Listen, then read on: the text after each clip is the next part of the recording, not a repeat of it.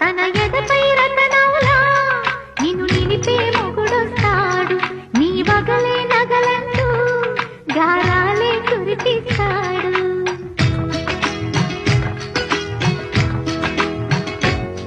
తన ఇంటికి కళ తెచ్చే మహాలక్ష్మిగా పూజిస్తాడు, తన కంటికి వెలుగిచ్చే మణి దీపం నీవంటాడు.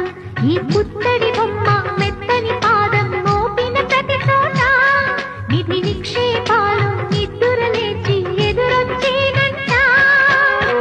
కలలో ఇలలో ఏ కన్నకి ఇలాంటి పతిరాడనిపించే